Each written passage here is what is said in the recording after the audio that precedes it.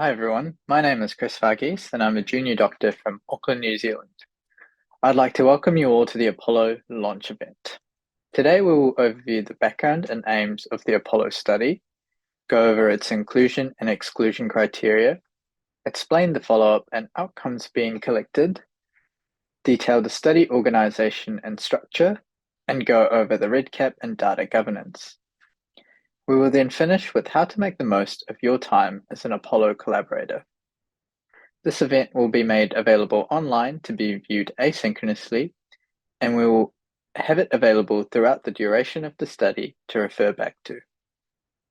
With no further ado, let's begin with the background and aims of the Apollo study.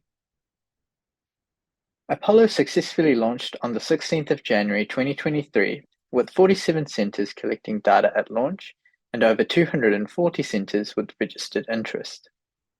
In brief, Apollo will entail a minimum of 6 weeks of consecutive data collection with 30 and 90-day follow-up. We've instituted a rolling start time to facilitate global participation. This means you can start your 6-week cycle on a date that is convenient for you.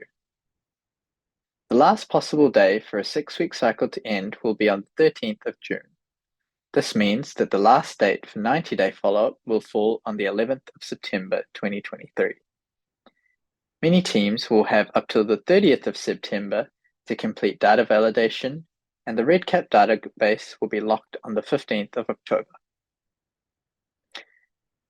Colorectal cancer is the second most common cancer worldwide, with 1.7 million new diagnoses annually. A third of patients with colorectal cancer will present as emergencies to the hospital. Such emergency presentations are associated with much higher mortality, higher rates of stoma formation, and poorer health-related quality of life. Mortality in the acute setting has been reported to be as high as 34% and morbidity as high as 64%. Yet despite the substantially poor outcomes in the emergency setting, the literature is sparse in comparison to outcomes after elective colorectal surgery. This acute setting offers an area where significant improvements in outcomes can be made, but real-world data is needed to guide where interventions and future trials should be targeted. 80% of emergency presentations of colorectal cancer are caused by colonic obstruction, and less frequently patients present with perforation and hemorrhage. We'll now overview 3 recent practice-changing randomized controlled trials in the setting of colorectal cancer in relation to neoadjuvant chemotherapy, colorectal stenting, and colorectal cancer screening. The Foxtrot study, published in January in the Journal of Clinical Oncology, has shown the safety and feasibility of preoperative neoadjuvant chemotherapy for operable colon cancer. Neoadjuvant chemotherapy, or NAC, facilitated histopathological downstaging with improved R0 resection rates, which ultimately resulted in fewer oncological recurrences at 2 years follow-up. Notably, 4.3% of patients developed colonic obstructions prior to their surgeries. Ongoing work is occurring to characterize predictors of obstruction in this setting, which can thus guide the suitability of NAC in these patients. Apollo hopes to answer what proportion of patients presenting acutely with obstruction were having neoadjuvant chemotherapy. This is important emerging data in a setting of rapid practice change.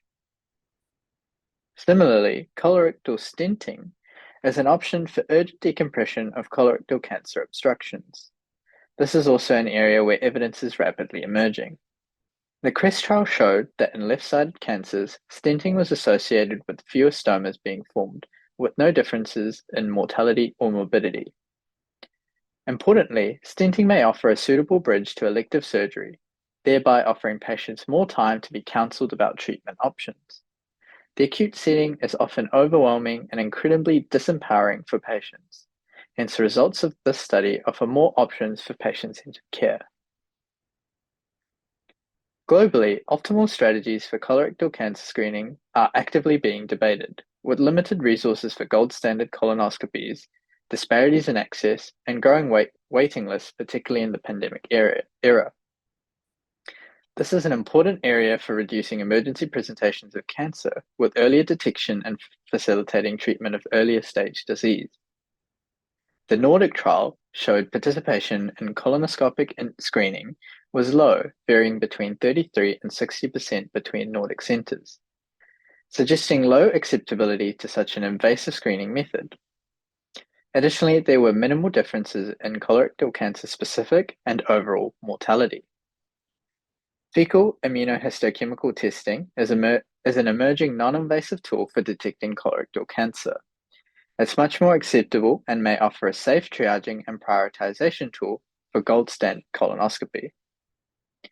APOLLO will be collecting data on the screening strategies patients have been exposed to prior to their acute presentations. APOLLO has identified two key standards to audit practice against in this acute setting. Firstly, the Association of Colorectology of Great Britain and Ireland has suggested that all patients suspected of a large bowel obstruction should have a contrast-enhanced CT scan. Secondly, INVOCA recommends that mortality after emergency colorectal cancer surgery should be less than 20%. APOLLO will be assessing both of these outcomes. Current guidelines and evidence are predominantly based on small case series and low-grade evidence in the emergency colorectal cancer setting. Global practice and variations in the management of acutely presenting colorectal cancer remains unknown. As we've overviewed, numerous intervention options exist in this setting, and APOLLO aims to explore the suitability and utility of these interventions in the setting. The overall aims of the APOLLO study are therefore to describe the variations in operative and non-operative management of emergency presentations of colon and rectal cancer in an international cohort.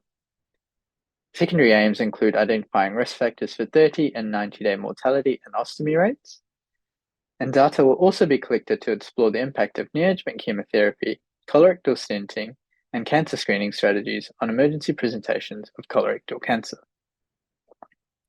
Our three primary goals are in characterizing variations in the management of colorectal cancer around the world. We can lay the foundation for harmonization of practice and therefore improve outcomes. By developing risk prediction models in a data-sparse setting, we can offer guidance for clinical decision-making. And finally, we envision these high-quality baseline and prospective data will identify research gaps, future trials, and research. Previous cohort studies by the EuroSurg Collaborative have resulted in numerous high-impact and practice-changing publications that have advanced debates in colorectal surgery. We hope APOLLO will do the same. Thank you for listening to this presentation. Hi, my name is David. I'm one of the EuroSurg and SARSA steering committee members. Today, I'll be covering the inclusion-exclusion criteria. So as Chris has just covered the background into the study, we'll be looking at what kind of patients to include and exclude. So overall, the APOLLO study will try to capture all consecutive adult patients, those aged over 18 years or above, presenting acutely. This is either unplanned or non-elective presentation to the hospital for symptoms of known or unknown colorectal cancer. Patients can be included regardless of the operative or non-operative management they undergo and whether it is a curative or or palliative intent. So to kind of break this down, age-wise, only adults aged 18 or above can be included. In terms of pathology, they have to have an acute presentation where the primary colon and/or rectal adenocarcinoma. There should be those who are operated or non-operated, depending the type of management doesn't matter as long as they have an hospital inpatient episode, because we're trying to capture how these patients are being managed. Patients who are referred to general surgery for assessment, irrespective, like I said, if they have surgery, and new diagnosis of colorectal cancer as well. So in terms of further criteria, well, the extent of the cancer, all patients can be included. The extent of the criteria doesn't really matter. So if they have non-metastatic disease, they can be included. If they have intra-abdominal metastatic disease or extra-abdominal metastatic disease, they can all be included. So known cancer. So patients for the first time with colorectal cancer can be included, and also those who are presenting again to the hospital with progression of the disease, either as an obstruction, for example. Then we have patient presentation. So these should be symptomatic presentation for colorectal cancer, a large bowel obstruction, perforation, or hemorrhage. And what are the exclusion criteria? The exclusion criteria is quite straightforward as well. So patients presenting to the hospital with a presentation which is not due to their cancer should be excluded. For example, those if they're presenting due to side effect of chemotherapy, radiotherapy, of a known cancer, they should be excluded. Patients with non-colorectal primary cancer should also be excluded. So if their colorectal cancer is due to melanoma or lymphoma, should be excluded, and other types of cancer which are listed here should also be excluded, including colorectal squamous cell carcinomas. And finally, an important note, patients should only be entered into the data set once. It is important to make sure we exclude duplicates. Thank you very much for listening. If there's any questions regarding further criteria for which patient should be included or excluded, please feel free to email us. Thank you very much. Hello everyone, I am Mustafa Ege Şeker, 5th grade medical student at Acıbadem University, Turkey. I am going to talk about 30 and 90-day follow-up of the APOLLO study. After each participant's main data collection process, there will be 2 follow-up sessions, one on 13th day and other one on the 19th day. This process won't involve any practices that do not comply with the routine practice. No additional methods are required. All needed data can be retrieved from inpatient or outpatient notes, electronic systems, or attendant doctors. Every patient's data will be uploaded to REDCap system and will be assigned an REDCap ID. You will be using these IDs in the follow-up process, so it will be more convenient to note assigned REDCap IDs with their corresponding patient IDs. In the case report form can be found on our website and in the protocol document. And now I will be giving more information about these data points. Patient status indicates whether the patient is inpatient, discharged, or deceased. It's important to note the dates from the index admission. All adverse events will be reported at the follow-up period. It consists of failure of treatment, sequelae, and complications. Cleveland-Dindo complication grading will be used in this study. A complication is defined as any deviation from the normal postoperative course that has an adverse effect on the patient, and it's either not a treatment failure or sequel. All of the intraoperative complications are excluded except intraoperative death. All postoperative adverse events are included, even they are not directly related to surgery. All adverse events within the follow-up are included, even they are occurred after the discharge. Diagnostic procedures are excluded.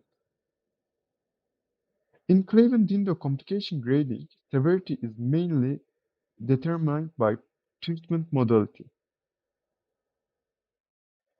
Pathology reports results will be reported within the margin of 1 millimeter. Neoadjuvant chemotherapy usage in the follow-up period also will be reported. Treatment-specific complications can occur, such as if a stoma is opened, it could need a reversal surgery. If an anastomosis is done, there may be a leak. If colonic stent procedure is done, there may be a complication related to that. Or there may be no primary resection at index surgery. If that is the case, elective surgery status must be reported. Readmission and reoperation status and date will be noted. As always, check case report form for overview of the dataset and protocol for the further details.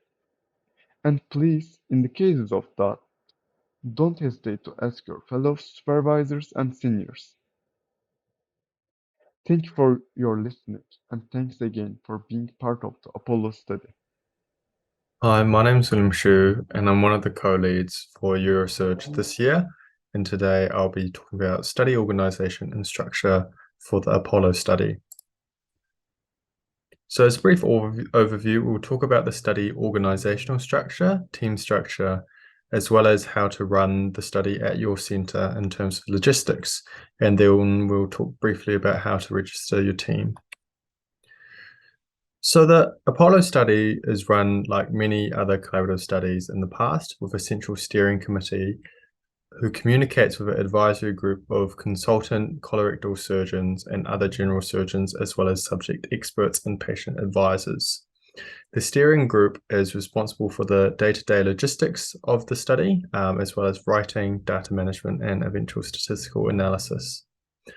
The steering committee is in direct contact with a number of national and regional leads, and these include our colleagues from StarSurge in the UK and Tasman in Australia and New Zealand.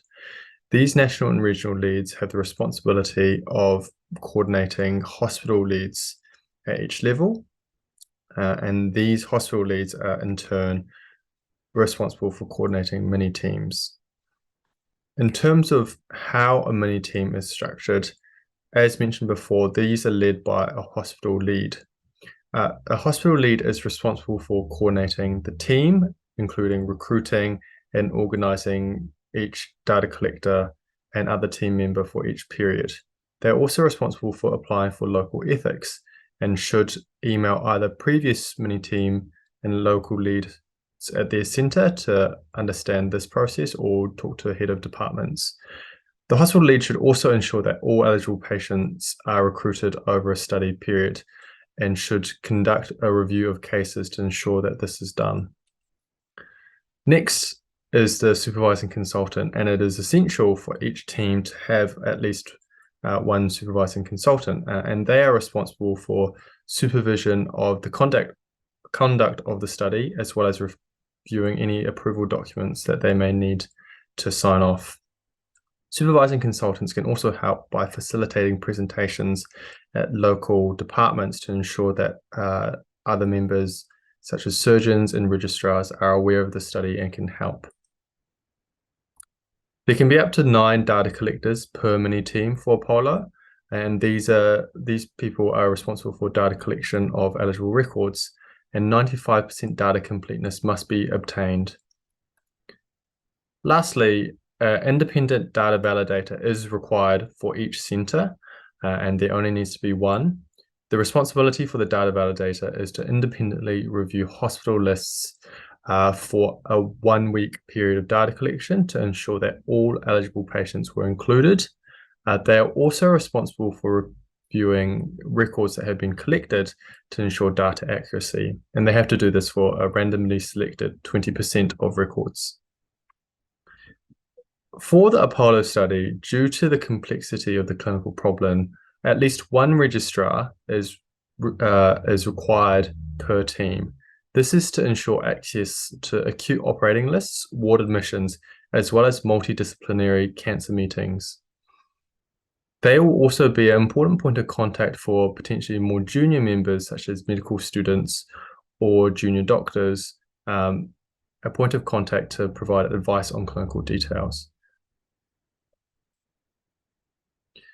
For each center, they need to participate in at least one 6-week inclusion period. And during this period, there'll be one mini team, which will be responsible for that period's follow-up. However, in APOLLO, you can participate into up to 3 different periods, each with their own mini team and individual follow-up. We recommend that separate data collectors are used for inclusion periods and follow-up periods, such that perhaps 6 data collectors are used for inclusion and 3 for 30-day and 90-day follow-up. In terms of how logins are generated for each mini team, firstly, expression of interest must be filled in by the local lead, and this can be found on the EuroSurg website. After this, the local lead will get a login for REDCap, and they will have to enter the mini team details with valid emails for all members.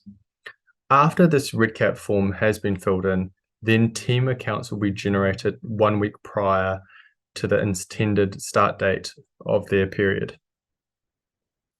There is a guide that is in depth that will go over how to register your team on REDCap, and the link to the REDCap can be found here. For authorship, All collaborators will be recognized as co-authors as per this guideline by the Association of Surgeons in Training, and a valid ORCID ID is required for each member. That concludes this portion of the presentation, and I'll pass it on to the next member. Thank you. Hi, my name is David. I'm one of the EuroSurg and StarSurge steering committee members. Today, I'll be covering the REDCap and data governance part of the APOLLO study. So to give a quick overview of what we'll be covering in the presentation, firstly, we'll be going over the necessary approvals required for the APOLLO study. Then we'll be looking at some important data governance points during data collection, and then I'll be giving some tips of how to use a REDCap platform. So what do you need before you start data collection? Well, before you begin data collection, it's really important that you get the necessary ethical approvals in place. So in the UK, APOLLO study should be registered either as an audit or a service evaluation, depending on the site's preference. The audit standards that can be used have been cited in our protocol. One of them includes, for example, after colorectal cancer surgery, the 90-day mortality rate should be less than 20%. Now, in terms of Caldecott approval. Now, Caldecott approval is an approval which is needed if you're transferring patient identifiable information outside of your NHS trust. Now, strictly speaking, this is not really required, as none of the data points in the APOLLO data collection really cross this threshold as being identifiable. They don't contain any full names or any patient addresses. However, we still recommend getting this approval just for making registering of the project easier and smoother. In terms of Europe, there's a lot of heterogeneity in how different sites get approval. So we have left this open to the local collaborators, and the minimum standard being minimal hospital approval. And once this is in place, we'd recommend this be emailed over to us at the following address on the slide, with the subject heading being APOLLO audit, followed by your center's name. Again, we remind before you even enter data collection that it should be the local ethical approval should be in place. This is a screenshot from the REDCap data project, just demonstrating that. So data governance. So what is data governance? Data governance at a high level is the process of making strategic decisions of how to manage and store organizations' data and how to delete it in an ethically sound manner. So this is really important in the healthcare setting where data is really important for patients. So patient data data governance is really important for patients, it's really important for the researchers, and it's really important for yourself as well. There's an online module included in the APOLLO e-learning package, which can be found on Incept, which goes into much more detail on how data governance should be conducted throughout the APOLLO study. So to give some overall kind of tips, not covering obviously its entirety. Patient data, if collected on case report forms, so paper forms, should be kept at the trust in a locked drawer or office on the ward. This is for privacy reasons as well, because the case report forms will contain the record IDs of the patient as well as their data. So we recommend these be locked and stored on the ward. Or if you're going to store them electronically, if you store them locally on your computer, which is password protected.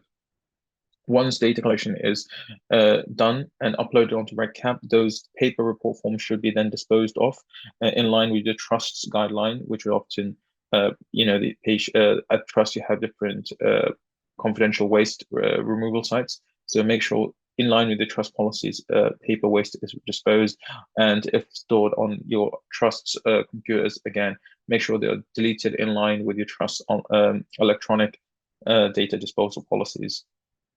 In terms of sharing data, which is kept locally, don't share data outside of your trust. Follow your trust policy. You can transfer data from NHS email to NHS email, but again, they should be in line with your own trust policy. And then don't share any kind of information over WhatsApp or email. So if you have any kind of queries that you want to ask, please make sure that you keep the question generic and no particular record or IDs are used. And then in terms of REDCap, on REDCap, as a collaborator, when you log in, you'll see two projects. One is the data collection and one is the site and user registration. So the site and user registration will be applicable to the hospital leads. As a data collector, you will only see the data collection project. And we have already a video which goes into how to input data onto REDCap as a data collector, which will play after this video. And you can rewatch on our YouTube for further clarity. Thank you for listening to this presentation. Today we'll be going over the data collection platform for the Apollo study.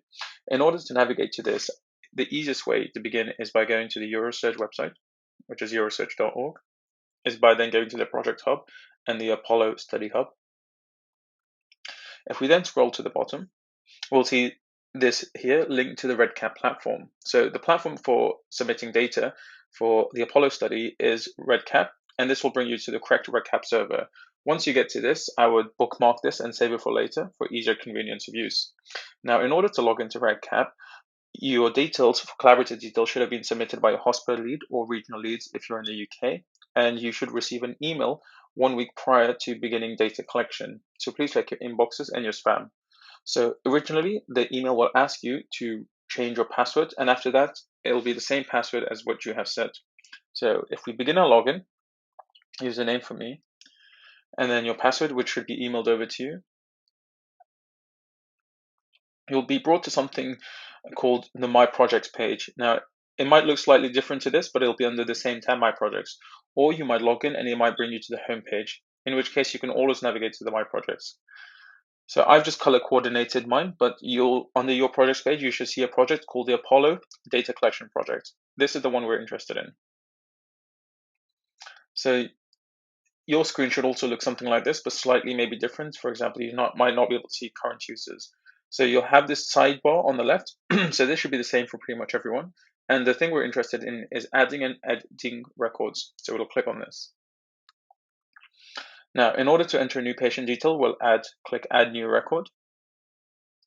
And then here is, for example, a patient we're going to add. So there's 3 parts of the data collection form: the baseline data, the management data, and the follow-up data. So we'll start with the baseline data. We'll click this circular button here, baseline data, and it should bring us to something like this. So the most important thing to remember here is first, please only enter data once you have local ethical approval in place. Once we have local ethical approval in place, then we can begin by adding the baseline data.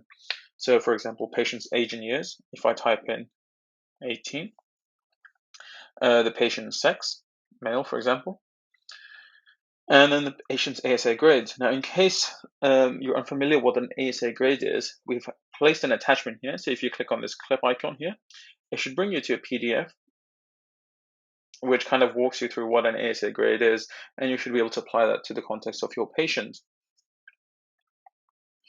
So the rest of the form is kind of really self-explanatory, and any fields which are slightly difficult, we've tried to help you along by putting these attachments. For example, a BMI calculator in case the BMI isn't calculated already and you have the height and weight available to yourself. For example, here then we have, please select all the comorbidities, tick all that apply. So you'll notice you can select multiple here. You can kind of differentiate which fields you can click multiple options as, because they'll be square, and fields which you can only select one option, they will be kind of circular. So if we had selected all of these, but then there's also an option, for example, they have none of these comorbidities, so just select this instead, and it'll tell you this is an error because you have selected none and some, so we'll clear the other errors. And then clinical frailty scale. So I would work my way through by entering the baseline data, including the disease details. For example, the date of the acute presentation.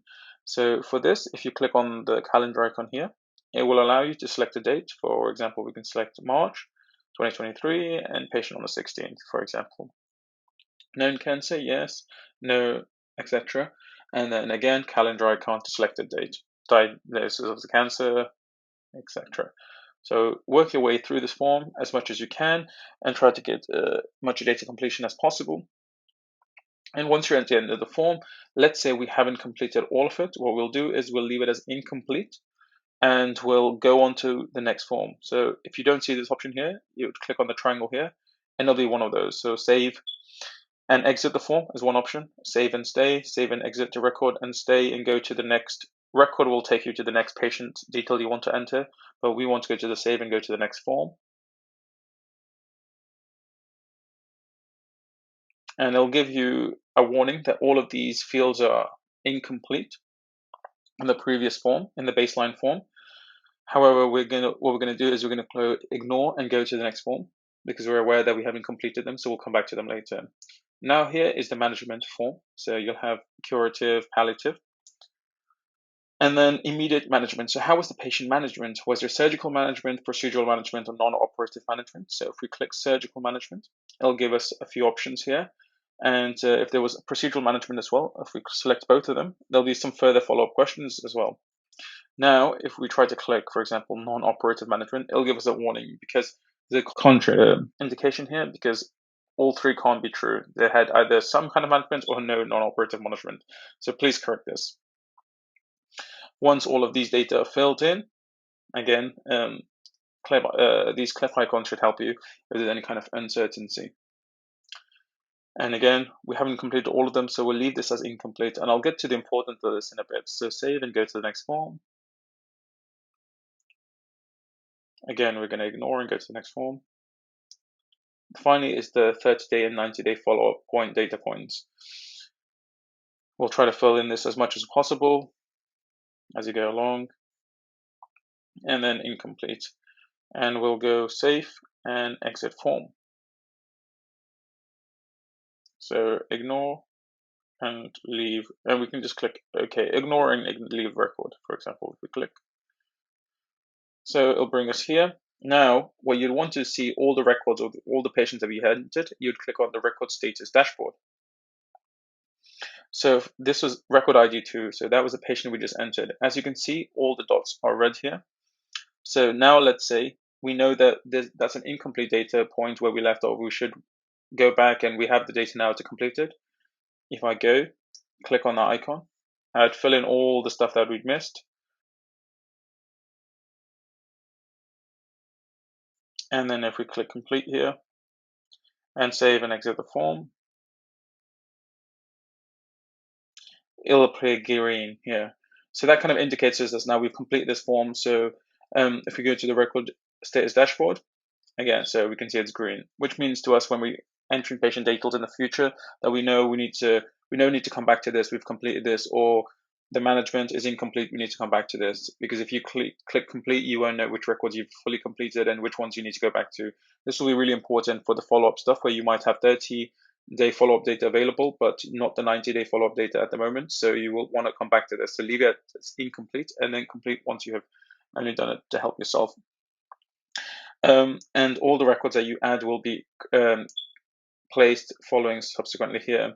So the only other thing is you should be able to add records, add a new record. You should be able to edit your existing records that you create through the record status dashboard, but you won't be able to delete records. So it's really important that you're really certain of which records that you're adding and they're the correct records. If you need to delete some records, I would recommend you go to the EuroSurg website, Apollo Study Hub, and please email us which records you would like to be deleted at this email address. However, this is time consuming, so it's really important that you get the correct records in the first place, in the first instance. If you want more information regarding what data points correspond to what pieces of information, I would click on the study protocol and I would go to the data dictionary. This would give much more detailed analysis on the data points and what they mean. So I'd have a thorough read of this as well for further information of the data points. Thank you very much. If you have any further questions, please feel free to email us at apollo.eurosurg@gmail.com. Good day, collaborators, wherever you may be watching this from. My name is Noor, and on behalf of the EuroSurg Steering Committee, I'll be talking a bit about how to make the most of your time as an Apollo collaborator. I will be covering the following points. Enjoy the data collection process. Familiarize yourself with the documents on the Apollo webpage. Manage your time expectations and share the workload. Use your communication skills. Find the most effective way to identify patients. Complete the e-modules, and ensure data completeness.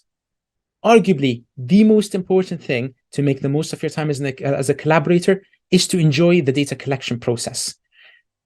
As this is a collaborative process, this is a great opportunity for you to work with your colleagues and use the opportunity to improve your teamwork skills and get to know like-minded people who are passionate about research.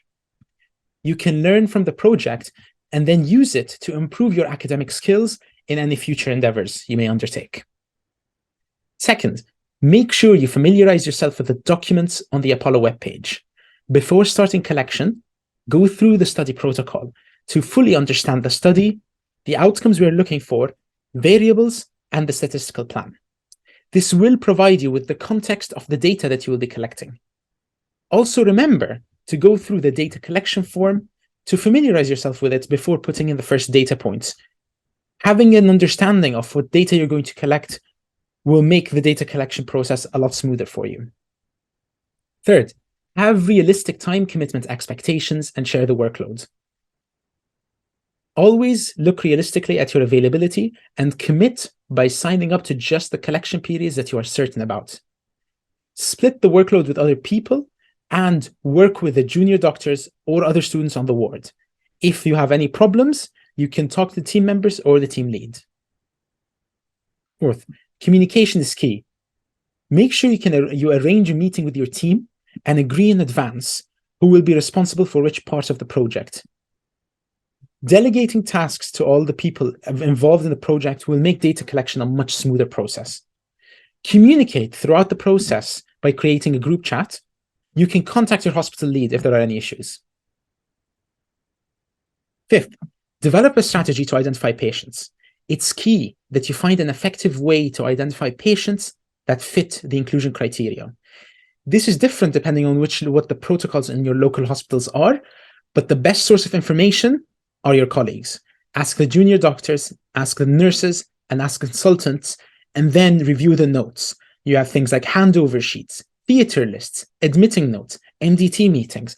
All of these are great information pieces that can help you identify the right patients quickly. Sixth, complete the e-modules. You can find important information about the Apollo study on an online educational module. Complete the e-module on incept.ac.uk under the collaboration tab. And finally, ensure data completeness. It is essential to follow up information on the patient's complications and ostomy rates during the follow-up post-operative period and upload them to REDCap before the deadline. You can do this by reviewing patient notes, checking the clinic notes, and checking electronic systems for readmission and A&E attendance. Thank you very much.